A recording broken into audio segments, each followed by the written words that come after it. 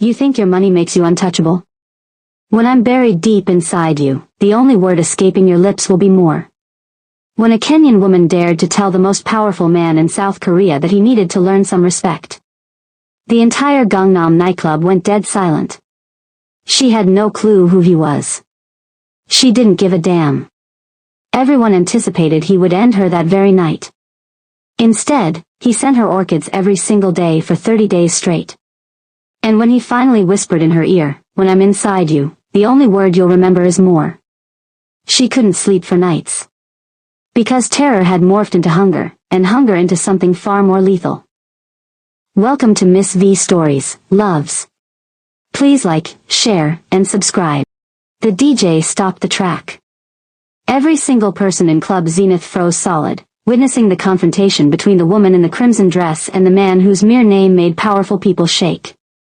Kang Miho placed down his cognac with calculated precision, his obsidian eyes refusing to leave her face. She had collided with him, her cocktail splashing across his $15,000 suit. And rather than begging forgiveness like any sane person would have, she possessed the nerve to accuse him of blocking her path. "You have no idea who I am," he stated softly, his tone carrying a gravity that made his security team tense visibly. "I couldn't care less who you are," Amara fired back, her Swahili accent making her Korean sound beautiful. "Basic respect doesn't require money in the bank." Behind her, her friend Sora clutched her arm desperately. "Amara, please stop. That's Kang Miho." The name registered as nothing to Amara. She'd only arrived in Seoul 3 weeks prior, employed as an interpreter for a global corporation. But the way color drained from Sora's features communicated everything she needed to know. Still, something within her refused to cower before this man whose mere presence appeared to consume every molecule of oxygen in the space. Miho rose gradually, his 6'2" frame unfolding with lethal elegance. The masses parted like the Red Sea as he moved toward her, close enough that she detected his cologne mixed with something darker, more threatening. Her pulse pounded against her ribs like a trapped bird, but she stood her ground firmly. "Fascinating," he said quietly, circling her like a shark. "Are you aware what happened to the previous person who addressed me this way?"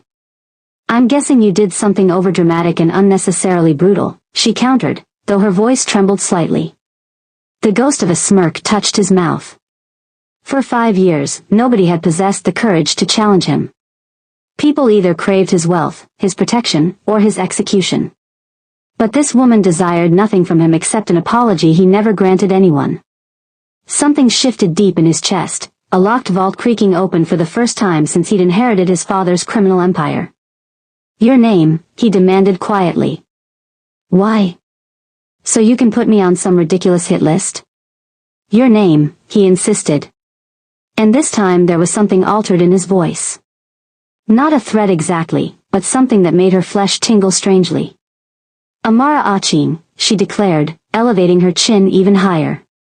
The following morning, Amara stepped into her office to discover a sea of white orchids blanketing every single surface.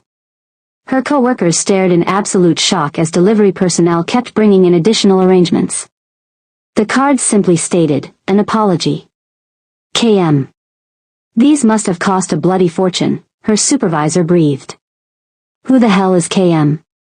Amara crumpled the card, her fingers trembling. She knew precisely who it was and she desired zero part of whatever sick game he was orchestrating. She commanded the flowers be donated to local hospitals, but they persisted in arriving. Every single hour more materialized until the entire floor resembled a botanical paradise. "Send them back," she instructed the delivery guy firmly. "I can't, miss. The purchaser stated if you refuse them, we're to deposit them at your doorstep. He's already paid for deliveries for the complete month." That evening, Amara selected a different route home, paranoid about surveillance. She had Googled Kang Miho after departing the club, and what she uncovered terrified her to her core. He dominated most of Seoul's criminal underworld, though his legitimate enterprises served as flawless fronts. People who opposed him vanished without a trace. Yet, here she stood, very much breathing after disrespecting him publicly. Her phone buzzed with an unidentified number. Against her superior judgment, she picked up. "Did you appreciate the flowers?" His deep baritone sent involuntary chills racing down her spine. How the hell did you acquire this number? I acquire whatever I desire, Amara. Not me, she stated firmly and disconnected. 3 days elapsed peacefully. Amara nearly persuaded herself he had abandoned interest. Then she entered her favorite coffee house to discover him seated at her regular table, looking devastatingly gorgeous in a charcoal suit. The entire establishment was vacant, except for his men positioned discreetly at strategic points. You cleared out the whole damn place, she demanded incredulously. You appeared uncomfortable with the crowds last night. I assumed you'd prefer solitude. I prefer my regular life where crime bosses don't stalk me. I'm not stalking. I'm pursuing. There's a substantial difference. The difference being that when you stalk someone, they typically don't survive to complain about it. The casualness of his threat should have sent her sprinting for the exit, but something in his gaze held her captive. Behind the lethal exterior, she glimpsed profound isolation, a starvation that had absolutely nothing to do with power or currency. One coffee, she stated finally, stunning herself. Then you disappear from my life. He smiled then, a genuine smile that completely transformed his features. One coffee. They conversed for 3 hours straight. She discovered he spoke 4 languages fluently, possessed a photographic memory, and hadn't taken an authentic day off in 5 solid years. He learned she had escaped to Seoul running from a shattered engagement, spoke 6 languages, and missed the Kenyan sunset more than anything on earth. Why me? She questioned finally. You could possess anyone you wanted. That's precisely why, he responded softly. Everyone else perceives what I represent. You see who I am, and you're not remotely impressed. Do you comprehend how long it's been since someone gazed at me without terror or greed burning in their eyes? A week later, Amara caught herself thinking about him constantly. She despised how her pulse accelerated whenever her phone rang, praying it was him. He had maintained his promise, keeping distance after their coffee, but his absence felt incorrect somehow. Then absolute chaos detonated at her workplace. A major client was furious about a mistranslated contract that could potentially cost millions. Amara knew she had translated it flawlessly, but the document had been manipulated. Her supervisor threatened immediate dismissal. The Wanjika contract was sabotaged. Miho's voice sliced through the conference room. He stood in the entrance like an avenging deity in an expensive suit.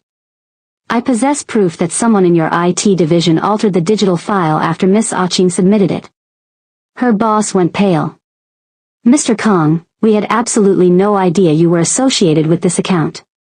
I'm not. I'm associated with her. His eyes located Amara's. Anyone who attempts to damage her reputation or career will answer to me personally. Within minutes, the actual culprit was exposed as a jealous colleague who had coveted Amara's position. The matter was resolved, but Amara was absolutely livid. She pursued Miho to the parking structure. I don't need you fighting my damn battles. You are going to lose your position for something you didn't commit. That's my problem to resolve. He pressed her gently against the wall, trapping her with his arms. Your problems are my problems now. Says who? Says the man who hasn't slept properly since you invaded his life. His breath was warm against her face. I've executed men for looking at me incorrectly, Amara. But you stripped me bare with a handful of words. And instead of wanting you dead, I want you desperately alive and by my side. Her breath caught as he leaned closer, his lips nearly touching hers. But then he withdrew, his jaw clenched with iron self-control. I won't kiss you until you request it, he stated roughly. But understand, Thiza, you already belong to me. Your heart recognizes it, even if your mind still battles. And when I'm finally inside you, the only word you'll remember is more. That night, Amara couldn't stop replaying the moment in her head. She touched her lips, fantasizing about what his kiss would taste like, then cursed herself for such ridiculous thoughts. He was dangerous. A criminal. Everything logical reasoning said to run from.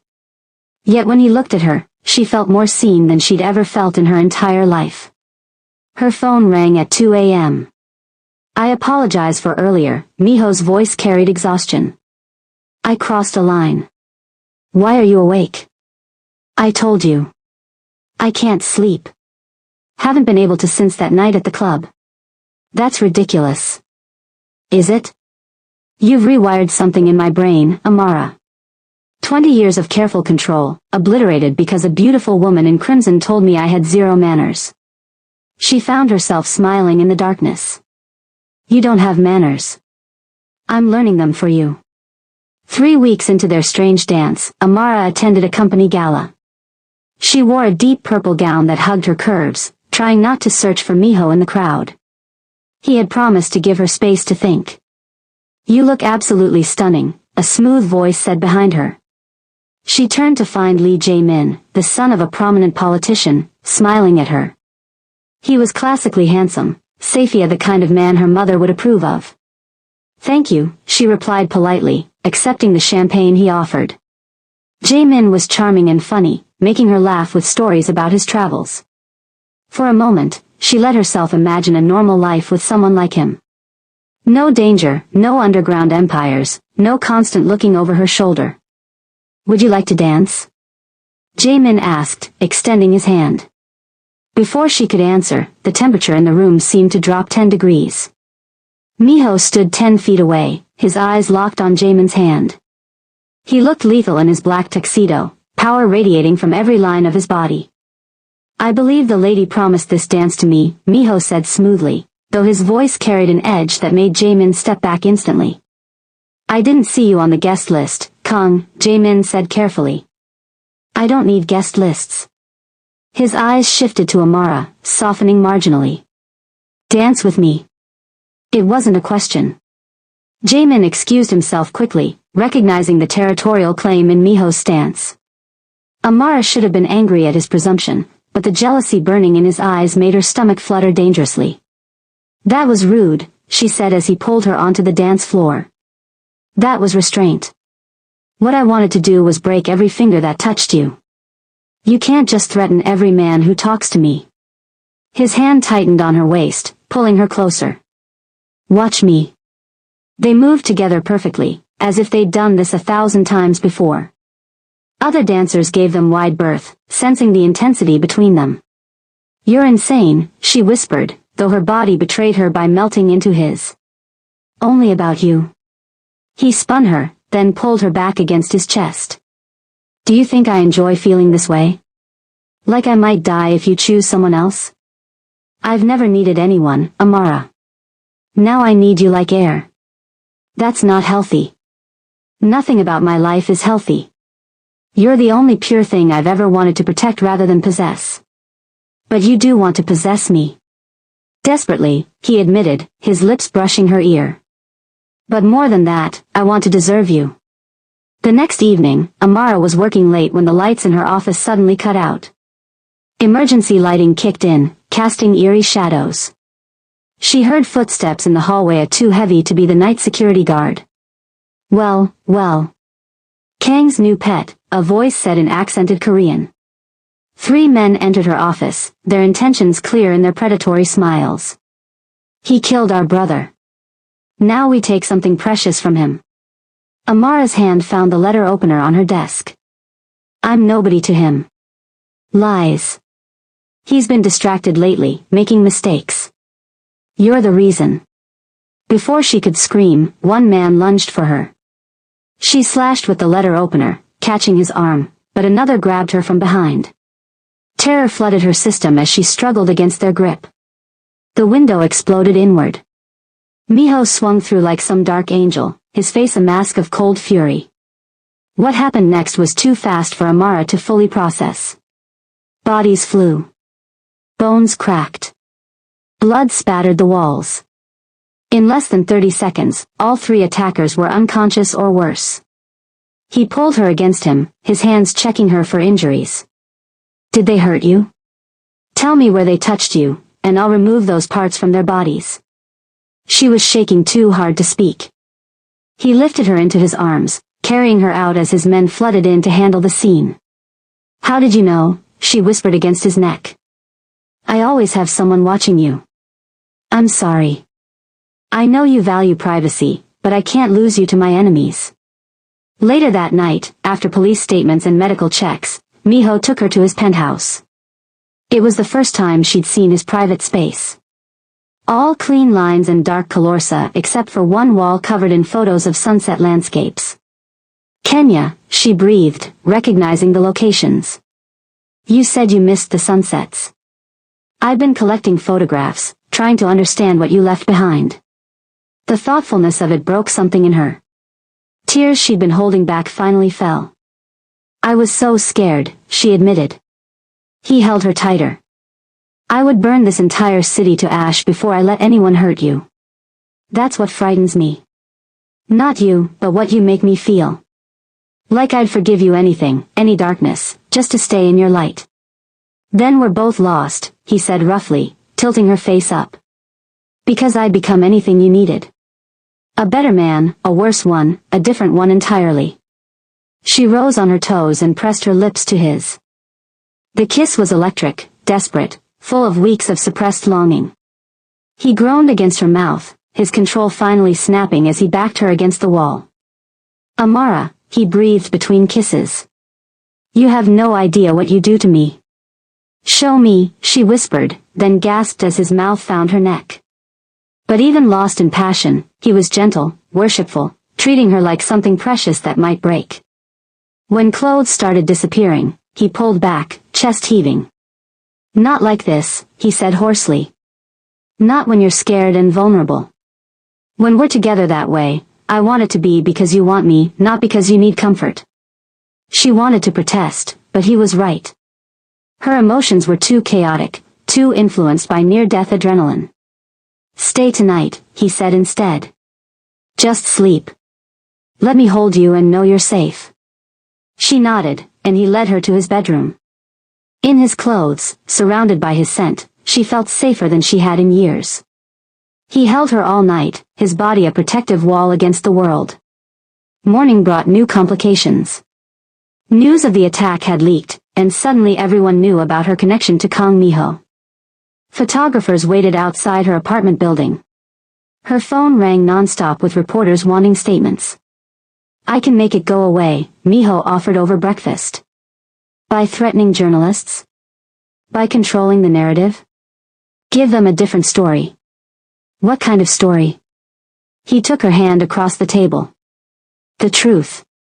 That Seoul's most feared man fell in love with a translator who dared to stand up to him.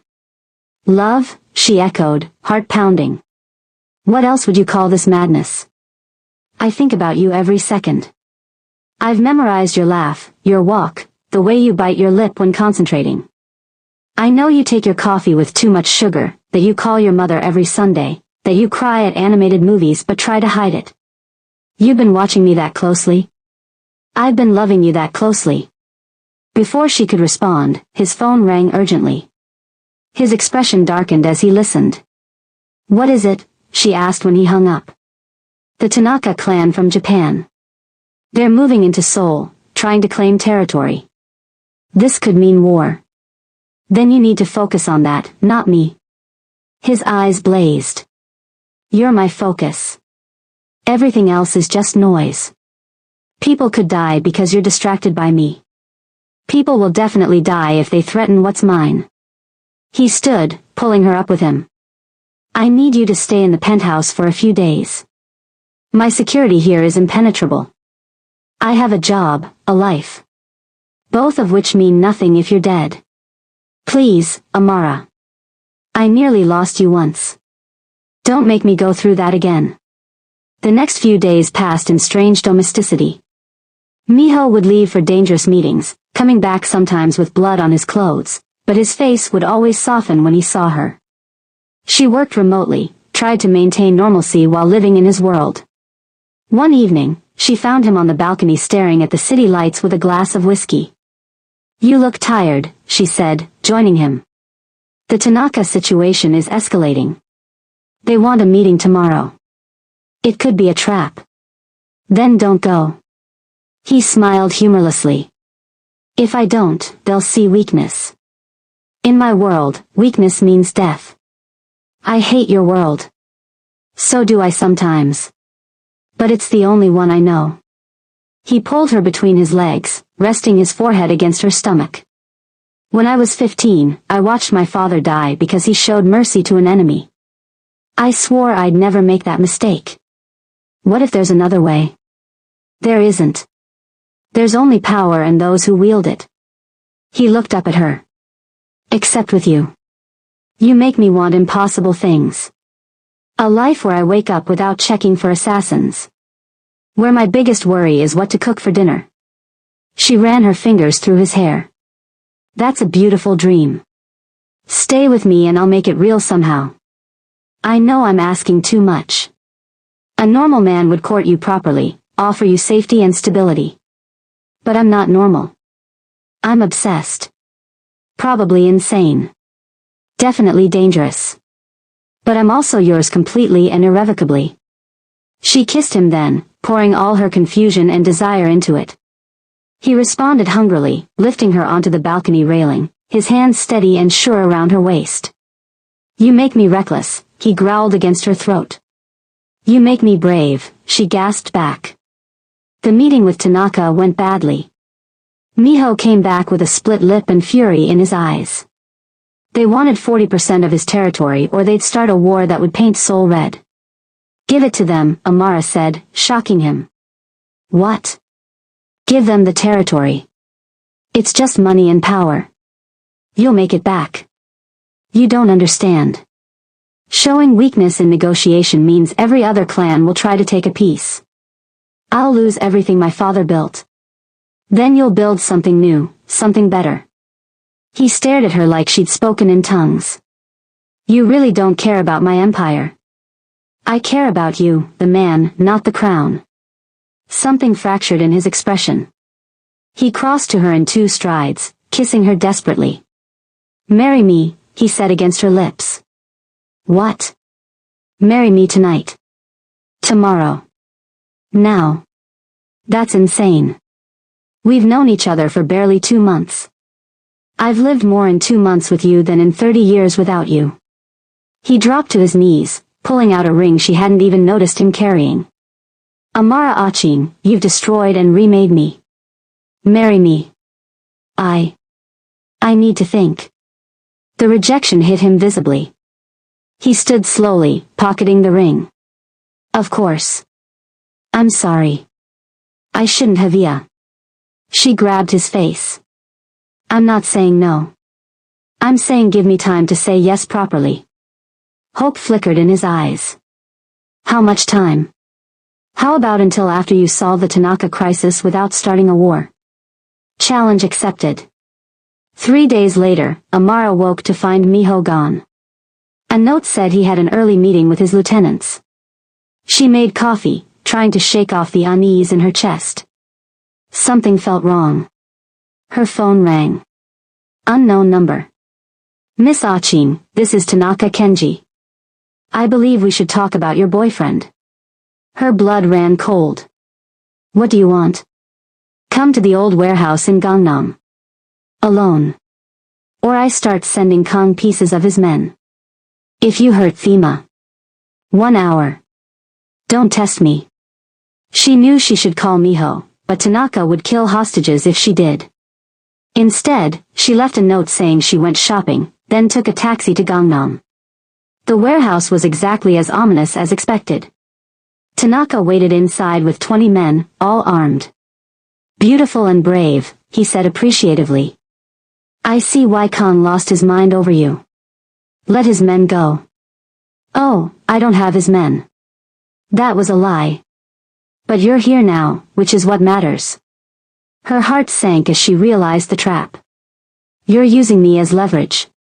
Smart girl. Kong will trade everything for you. His territory, his business, his pride. Love makes fools of powerful men.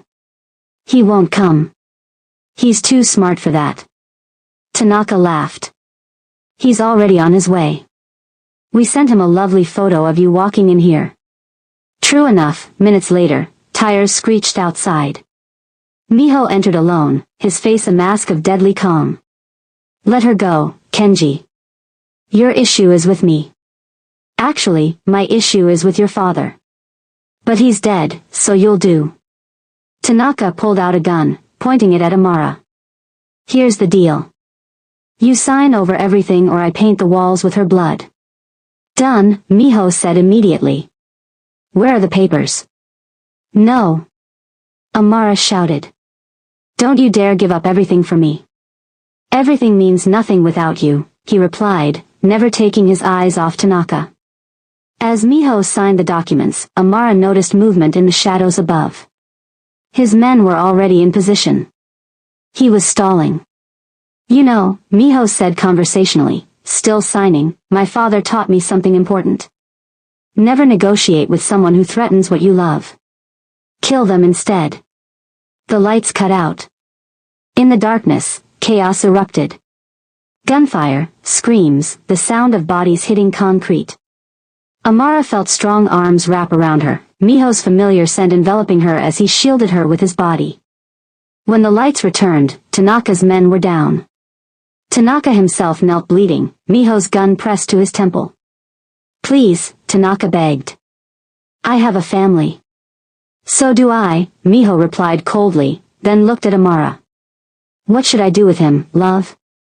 She saw the test in his eyes. Would she ask him to kill?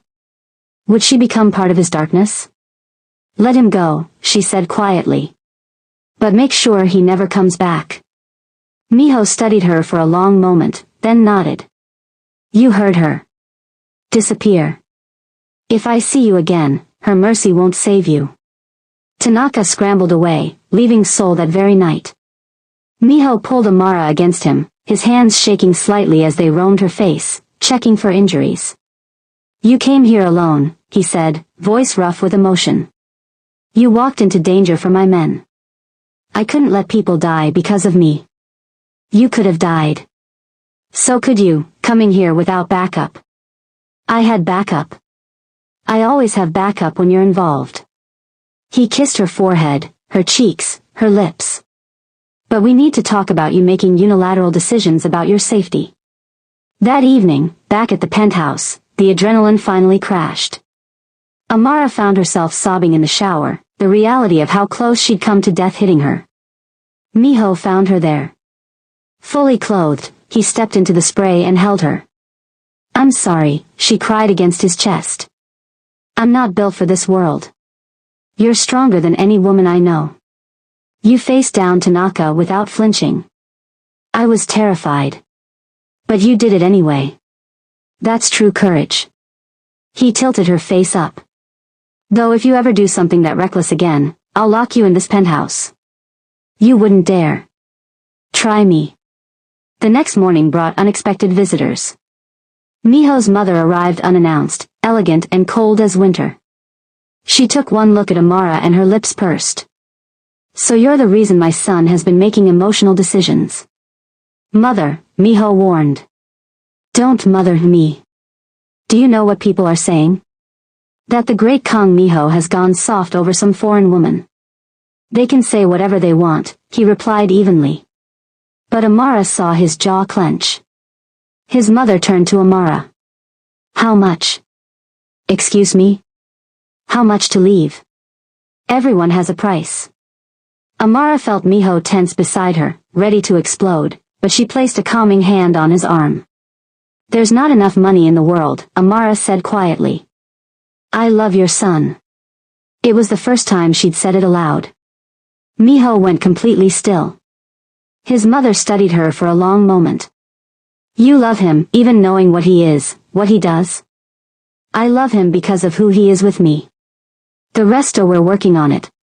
Working on it? His mother laughed coldly.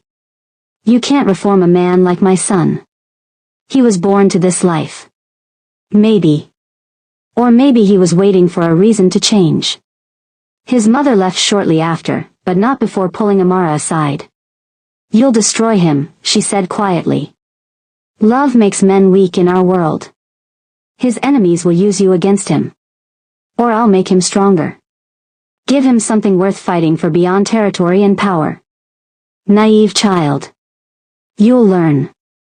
Hopefully not at the cost of his life. After she left, Miho cornered Amara in the kitchen. You love me? He asked, voice vulnerable in a way she'd never heard. Unfortunately, yes. He kissed her deeply, lifting her onto the counter. Say it again.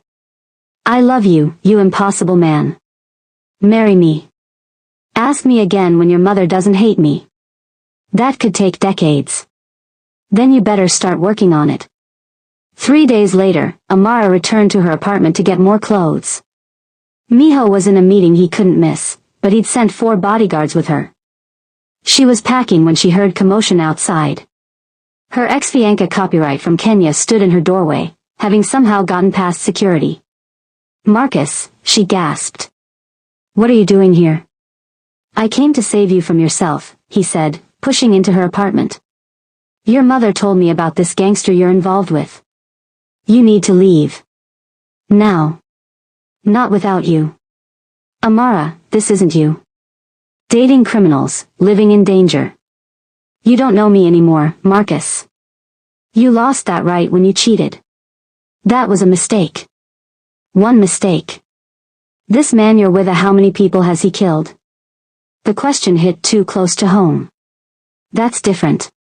Is it? You're really choosing a murderer over me? I'm choosing the man who sees me, protects me, loves me completely. You love the idea of me. Marcus grabbed her arm. You're coming home with me. Let go. Not until you see sense. The door exploded open. Miho stood there, death in his eyes. He took in Marcus's hand on Amara and moved so fast Marcus was on the ground before Amara could blink. Touch her again and lose the hand, Miho growled, foot on Marcus's wrist. Miho, stop. He's not a threat. He's touching what's mine. That makes him a threat. I'm her fiancé. Marcus wheezed. Ex-fiancé, Amara corrected quickly, seeing Miho's expression darken further. Very ex. Miho hauled Marcus up by his collar. You come near her again, I'll send you back to Kenya in pieces. Understood. Marcus nodded frantically and fled. Miho immediately turned to Amara, checking her over. How did you know? Your bodyguards called. They said someone claiming to be your fiancé showed up. Ex-fiancé. I know. But hearing another man claim you. He pulled her against him roughly. I wanted to kill him. You can't kill every man who talks to me. I can try. He kissed her possessively. Move in with me officially. No more back and forth. That's a big step. We've already taken bigger ones. You love me. I worship you. Let's stop pretending we're not inevitable. 1 week later, Amara was officially living in the penthouse. She'd kept her job but worked mostly from home now, Miho's paranoia about her safety still high. They'd found a rhythm dangerous and domestic in equal measure. She was translating contracts when she heard a commotion in Miho's office. Through the door, she heard an unfamiliar voice. The Italians are moving on the ports. Without Tanaka as a buffer, they think you're vulnerable. Let them think that, Miho replied. Misconceptions are useful. Sir, with respect, you've been distracted. The men notice. Some wonder if you've gone soft. Bring those men to me. I'll show them soft. It's not about fear anymore. It's about focus. The Womana. Choose your next words very carefully, Daehoon. She's made you vulnerable. Your enemies know it. They're all waiting for the right moment to use her against you. Amara pressed closer to the door. Then I'll remove all my enemies, Miho said simply. All of them. That's impossible. Watch me. Anyone who even thinks about threatening her dies. Make that very clear. That night, Miho was quieter than usual at dinner. Amara watched him push food around his plate, lost in thought. I heard the conversation with Daehoon, she said finally. His eyes snapped to hers. How much? Enough. He's right, isn't he? I make you vulnerable. You make me human. There's a difference. But in your world, human is vulnerable. He reached across the table, taking her hand. Then I'll change my world. You can't just change the entire criminal underworld because of me. I can try. I'm already working on legitimizing more of the businesses. In 5 years, maybe I can be fully legal. You do that? Give up the power? I'd give up anything that threatens what we have. He stood, pulling her into his arms. You think I care about territory and money? I built this empire because I had nothing else. Now I have you. Your men won't follow a legitimate businessman. Then I'll find new men. Better men. Men who can exist in your world without bloodshed. She kissed him softly. I don't want you to change everything you are. I want to change. You make me want to be better. Later that night, as they lay entwined, Amara traced patterns on his chest. Tell me about your father. Miho tensed. Why? Because he shaped who you are. I want to understand. He was quiet for so long she thought he wouldn't answer. Then, he was brilliant and ruthless. Built the family empire from nothing. But he loved my mother completely, and that love killed him. How? He showed mercy to an enemy who threatened her. That enemy came back and killed them both. I was 15, hiding in a closet, watching through the slats as they died. Oh, Miho. I swore that night I'd never let love make me weak. Then you walked into that club and destroyed 20 years of walls in 20 seconds. I'm sorry. Don't be. Those walls were a prison. You set me free. The next morning brought chaos. News broke that someone had leaked information about Miho's operations to the police. Several of his legitimate businesses were being raided. It's planted evidence, he told Amara, pacing the penthouse. Someone's trying to destroy me through legal channels. Who? Could be anyone. The Italians. Remnants of Tanaka's crew. Even someone within my organization. What can I do? He stopped pacing, looking at her with something like wonder. You want to help? Of course. You're mine to protect too. He crossed to her, kissing her fiercely. I don't deserve you. Probably not. But you're stuck with me. His phone rang at his lawyer with bad news. The police wanted Miho for questioning. If he didn't come voluntarily, they'd arrest him. I have to go, he told Amara. Stay here. Don't leave for any reason. Be careful. Always am when I have you to come home to. Hours passed with no word. Amara paced, worried sick. Then her phone rang. Unknown number. Hello, Miss Achin. This is Detective Park. Mr. Kong has been arrested. He's asking for you. Arrested? On what charges? Money laundering, among other things. He says you have documents that can prove his innocence. I don't have any documents. He seems to think you do. Can you come to the station? Something felt off. Which station? Central. Ask for Detective Park. She hung up and called Miho's lawyer. Is Miho under arrest? No, they're just questioning him. Why? Her blood ran cold. It was a trap. She called Miho's head of security. Someone just tried to get me to leave by saying Miho was arrested. Stay put. Lock yourself in the safe room. Now. She ran to the reinforced room Miho had shown her, locking herself in just as she heard the penthouse door explode. On the security monitors, she watched masked men flood in, searching. Where is she? One shouted. Find her. He'll trade everything for the girl. She recognized the voice. Dihuna Miho's own lieutenant had betrayed him. She typed frantically on her phone, sending Miho their location, then settled in to wait. 20 minutes felt like 20 hours. On the monitors, she watched Daehun's men destroy the penthouse, searching for her. Then, like an avenging angel, Miho arrived. The fight was brutal. Miho moved through the men like a force of nature, pure rage given form. Daehun tried to run, but Miho caught him at the elevator. You betrayed me for what? Money? Power? For survival.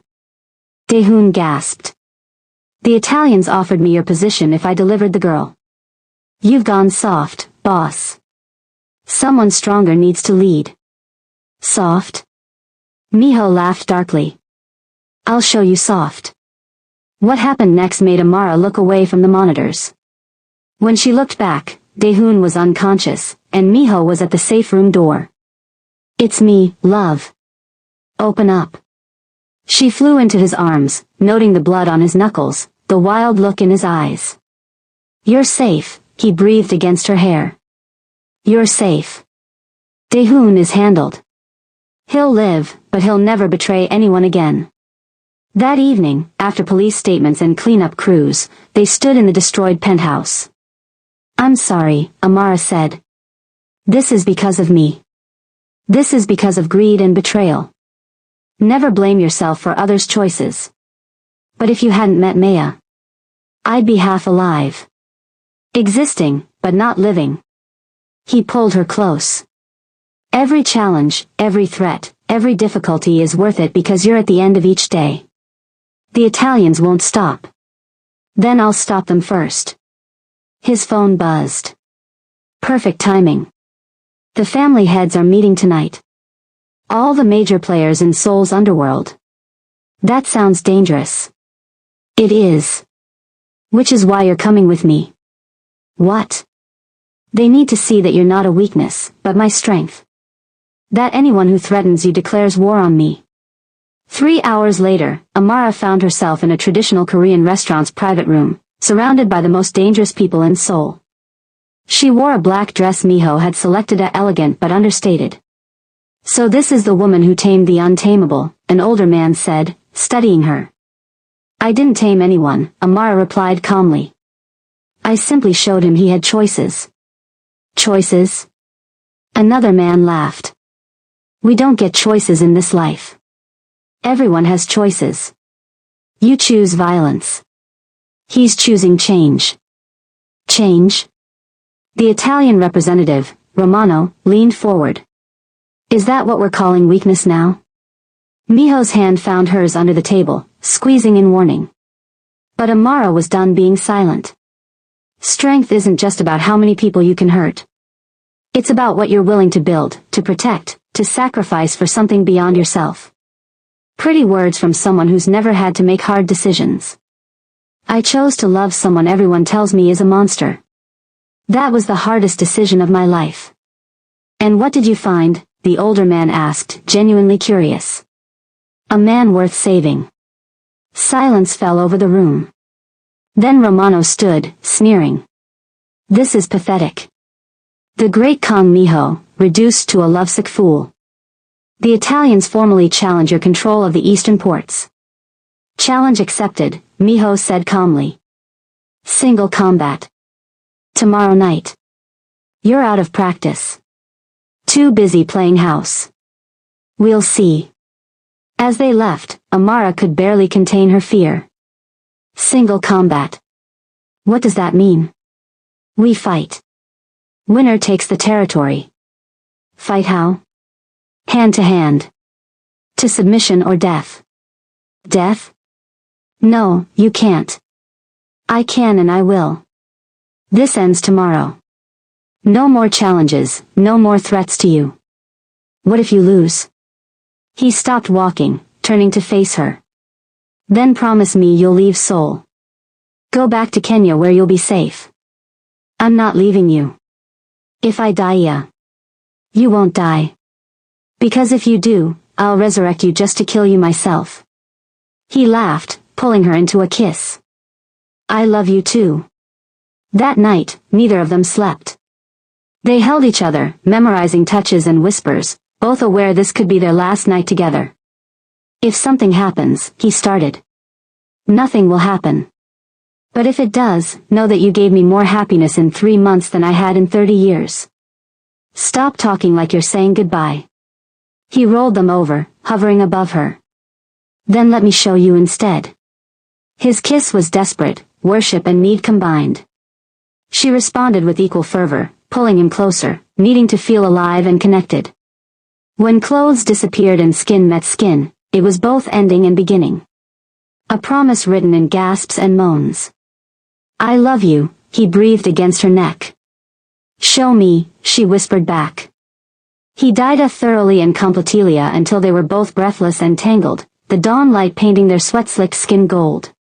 They lay afterwards, her head on his chest, listening to his heartbeat. Marry me, he said suddenly. You've already asked. I'm asking again. Today. Before the fight. I want to face Romano knowing you're my wife. That's morbid. That's love. I want whatever time we have to be complete. Yes. She lifted her head to look at him. Yes, I'll marry you today, you insane, wonderful man. 4 hours later, they stood in a small chapel. Just them, the officiant, and 2 witnesses from Miho's most trusted men. Amara wore a simple white dress they'd bought on the way. He wore his lucky black suit. It wasn't the wedding either had imagined, but it was perfect.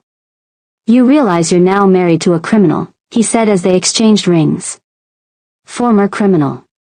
You're going legitimate, remember? After tonight.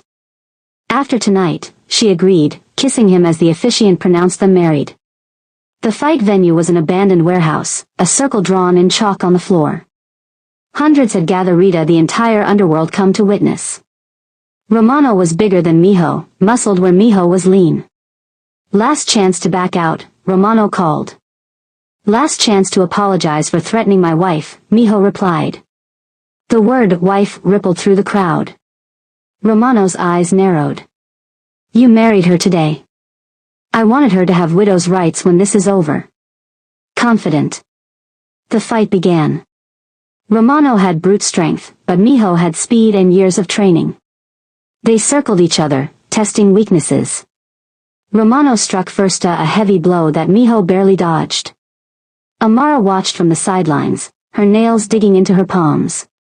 Each hit Miho took felt like a blow to her own body. But he kept moving, kept fighting, his eyes occasionally finding hers in the crowd. 20 minutes in, both men were bloody and exhausted. Romano had Miho pinned, choking him.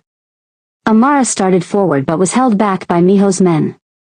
Trust him, one whispered.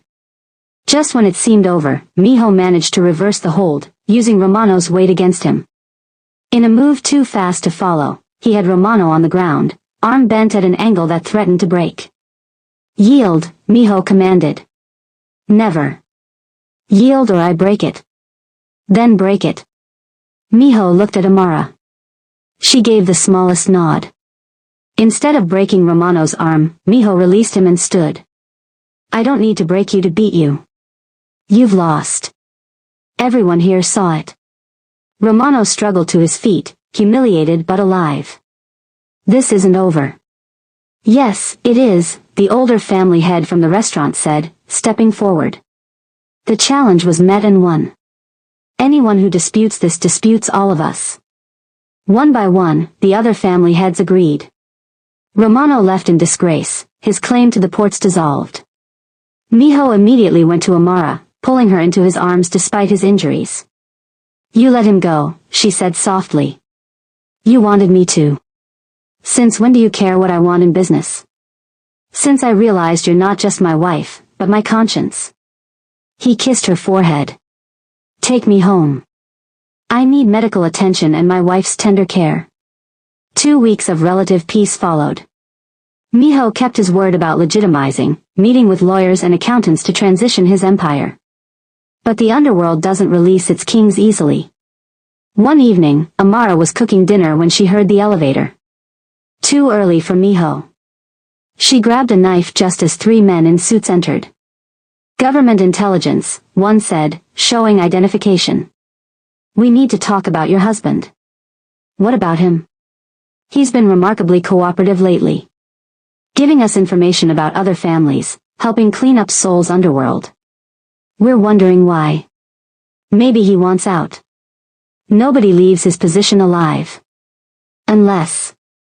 The agent studied her. Unless someone gave him a reason. You're his weakness. I'm his strength. Same thing in our world. Here's our offer. He continues helping us, and we ensure your protection. He stops, and we can't guarantee your safety from his enemies or the law. You're threatening me to control him. We're offering partnership. Think about it. They left, but their words lingered. That night, she told Miho about the visit. His expression darkened. They threatened you. They offered protection.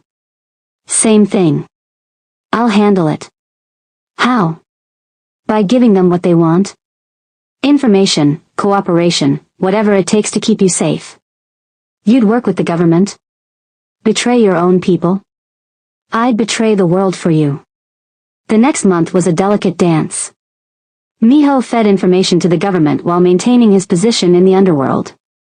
It couldn't last. Word got out that someone was snitching. Suspicions grew. Then came the news that changed everything. Amara had been feeling sick for days, exhausted and nauseous. When the doctor confirmed her pregnancy, she sat in the car for 20 minutes, staring at the test results. How could she bring a child into Miho's world? But how could she deny him this? She found him in his office, surrounded by papers, looking exhausted. We need to talk, she said. He looked up immediately, alert. What's wrong? She handed him the test results, watched his face transform from confusion to understanding to pure joy. A baby, he whispered. A baby. He was around the desk in seconds, lifting her, spinning her, laughing like she'd never heard before. We're having a baby. We're having a baby in a world where people want to kill you. He set her down gently, his hand moving to her still flat stomach. Then I'll make the world safe. Whatever it takes. Miho, I mean it. No more half measures. I'm out completely. I'll give everything to my lieutenants. Cooperate fully with the government. Become the most boring legitimate businessmen in Seoul. Your men won't accept that. Then they'll have to kill me. But they'll have to go through hell first. The announcement of his retirement sent shockwaves through the underworld. Some called him weak, others smart. A few decided to test whether he was truly out. The first attempt came 3 days later. A car tried to run them down as they left a restaurant. Miho pulled Amara to safety just in time. The second was poison in a gift basket sent to their home. Only Miho's paranoid screaming saved them. The third was the worst. Amara was at her doctor's appointment when armed men entered the clinic. Not for her, but for another patient. But the gunfire sent everyone into panic. She hid in an examination room, hands protective over her belly, praying. Miho arrived like a storm. Having tracked her phone, he found her crouched behind an examination table, tears streaming down her face. The baby? He asked frantically. Fine. We're fine. But I can't live like this. Not with a child. You won't have to. This ends now. That night, he called a meeting of all family heads. Amara waited at home, terrified of what he might do. He returned at dawn, exhausted but determined. What happened? I made a deal. Complete retirement in exchange for protection. Anyone who touches you or our child faces the combined retaliation of all families. They agreed to that. After I reminded them how much I know about their operations. Mutual assured destruction if anyone breaks the peace. So it's over? It's over. We're free. 6 months later, Amara watched from the window of their new house, a beautiful traditional home outside Seoul, far from the city's dangers. Her belly was round with their child, and Miho was in the garden planting vegetables of all things. He looked up, catching her watching, and smiled. That soft smile he saved only for her. Stop staring and come help, he called. I'm pregnant, not helpless, she replied, joining him outside. You're perfect, he corrected, pulling her close, his hand gentle on her belly. Both of you. Do you miss it? The power, the danger? How can I miss anything when I have everything? He kissed her softly. You saved me, Amara. Gave me a life worth living instead of just surviving. You saved yourself. I just showed you the door. And I'll spend every day thanking you for it. Their son was born on a spring morning, screaming and perfect. Miho cried when he held him for the first time this tiny life that was part of both of them. He's so small, he whispered in awe.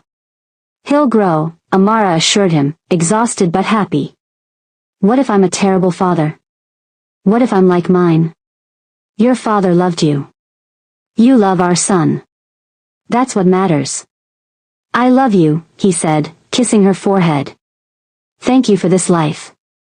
Thank you for fighting for it. 3 years passed peacefully. Their son grew strong and happy, a perfect blend of his parents. Miho ran a legitimate security firm, using his skills for legal purposes. Amara worked as a translator from home, taking only the jobs she wanted. Sometimes shadows from the past would surface, old enemies would remember. But the protection held, the peace maintained by mutual benefit and fear. One evening, as they watched their son play in the garden, Amara noticed Miho's distant expression. Regrets? She asked. Never. He pulled her closer. Just thinking about that night at the club. If you hadn't insulted me, you'd still be the scary mafia boss everyone feared. And you'd be safely in Kenya, far from my dangerous world. Or I'd be miserable with Marcus, living a life that wasn't mine. She laced their fingers together. We saved each other. You know what I thought that night when you stood there, fearless and furious? What? That you were the most beautiful thing I'd ever seen. And the most terrifying. Because I knew in that moment you could destroy me completely. And did I? Completely. He kissed her hand. Then you rebuilt me into someone worth loving. Their son ran over, launching himself at Miho, who caught him easily, lifting him high. Higher, Appa. Any higher and you'll fly away, Miho laughed, but lifted him anyway. Watching them, Amara felt complete. This was what they'd fought for, bled for, nearly died for. A normal life, a loving family, a future free from fear. That night, after their son was asleep, they stood on their bedroom balcony looking at the stars. I never thanked you, Miho said suddenly. For what? For seeing past the monster to find the man. You were never a monster. Just lost. And you found me. He pulled her against his back, arms wrapped around her. That night in the club, when you looked at me with such contempt, something inside me woke up. Something that had been dead since my parents died. What? Hope. Hope that someone could see me as more than a weapon or a wallet. Hope that I could be better. You are better. Because you chose to be. He turned her in his arms, kissing her deeply. Choose me again. Always. Even though I'm just a boring security consultant now? Especially because of that. She smiled against his lips. Though I do miss the dangerous Miho sometimes. Oh. He backed her against the balcony railing, his eyes darkening with familiar heat. I can be dangerous. Prove it.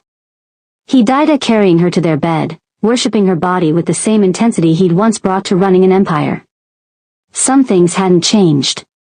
His passion, his possession, his complete devotion to her.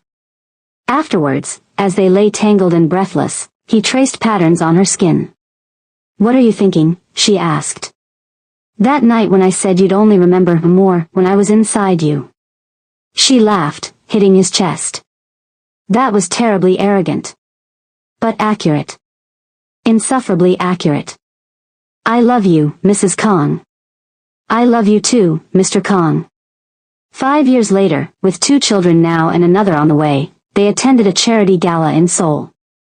Miho was respected now, his past forgotten or forgiven in light of his contributions to city security. At the gala, they encountered Romano, older now, mellowed by time and his own family. Kong, he nodded respectfully. Romano. Your wife looks radiant. Touch her and lose the hand. Some things don't change. Romano laughed. Still protective, I see. Always. You won, you know. Not just the fight, but everything. You got out alive, kept your woman, built a real life. The rest of us are still trapped in that world. You could leave. Not all of us have someone worth changing for. Romano looked at Amara, who was talking with other wives. She really did save you. Every day. Later, as they danced, Amara noticed Miho's thoughtful expression. What is it? Romano was right. You did save me. We've established this multiple times. But I never Asquita, what did I save you from? She considered the question. A life of settling. Of being what everyone expected instead of what I wanted. You made me brave enough to demand more. More, he repeated, smiling at the memory. Always more. More love, more passion, more life than I ever thought possible. Then we're even. We're everything. The years continued peacefully. Their children grew strong and smart, inheriting their father's intensity and their mother's compassion. Miho never returned to his old life, though his reputation still protected them from those who might wish harm. On their 10th wedding anniversary, he took her back to Club Zenith, now under new management but still exclusive. Why here? She asked as they entered. This is where my life truly began. Where you walked in and destroyed everything I thought I knew. They stood in the spot where they'd first met, the chandelier still hanging above, though updated now. If you could go back, would you change anything? She asked. Not a single moment. Every challenge, every threat, every moment of fear led us here. He pulled out a jewelry box. But I would have given you a better ring the first time. Inside was a stunning diamond ring, far more elaborate than the simple band he'd proposed with originally. Miho, we're already married. Marry me again. Properly this time. Big wedding, your family, white dress, everything you deserve. I already have everything I need. That's not what I asked. She laughed, letting him slide the new ring next to her old one. Yes. Always yes, you insane man. Their second wedding was indeed grand, held in Kenya so her family could attend. Watching Miho navigate her extended familia, this former mafia boss, charming aunties, and playing with Kusinsa, Amara fell in love all over again. Your husband is wonderful, her mother said, having long ago forgotten her initial objections. He loves you properly. Too much sometimes. No such thing. A man should love his wife like the world would end without her. His almost did. That night on the Kenyan beach, under stars he'd once only seen in photographs, they renewed their vows. This time there was no fear, no danger lurking. Just love, pure and complete. When I'm with you, he whispered later as they danced on the sand, every word I remember is love, hope, joy, peace. You gave me a vocabulary for happiness. You gave me a love story worth telling. Our children will be horrified when they learn how we met. We'll edit it. Make it appropriate.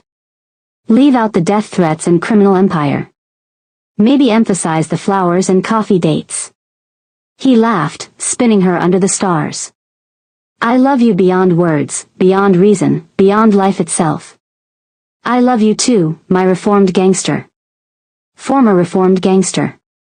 Now I'm just yours. Just mine, she agreed, pulling him down for a kiss that promised forever. 20 years from that first meeting, they would sit on their porch watching grandchildren play and remember the night everything changed. The night a Kenyan translator insulted a Korean mafia boss and inadvertently saved them both. Best insult I ever received, he would tell her. Best mistake I ever made, she would reply. And in the end, that's what love was. Two people making beautiful mistakes together until those mistakes became their greatest victories. Miho had promised her she'd only remember more when he was inside her. But what she remembered was everything. Every moment, every touch, every word that built their forever. The mafia boss who'd once ruled through fear had learned to lead with love. The translator who'd wanted a quiet life had found her greatest adventure. Together, they had rewritten their stories, proving that sometimes the most dangerous thing you can do is fall in love with exactly the wrong person who turns out to be exactly right. Their love story became legend in certain circles. The untouchable man brought to his knees by a woman's defiance. The empire traded for a family. The darkness transformed into light. But for Amara and Miho, it was simpler than that. It was just love. Complicated, dangerous, all-consuming love that had saved them both. And in the end, love was more than enough. It was everything.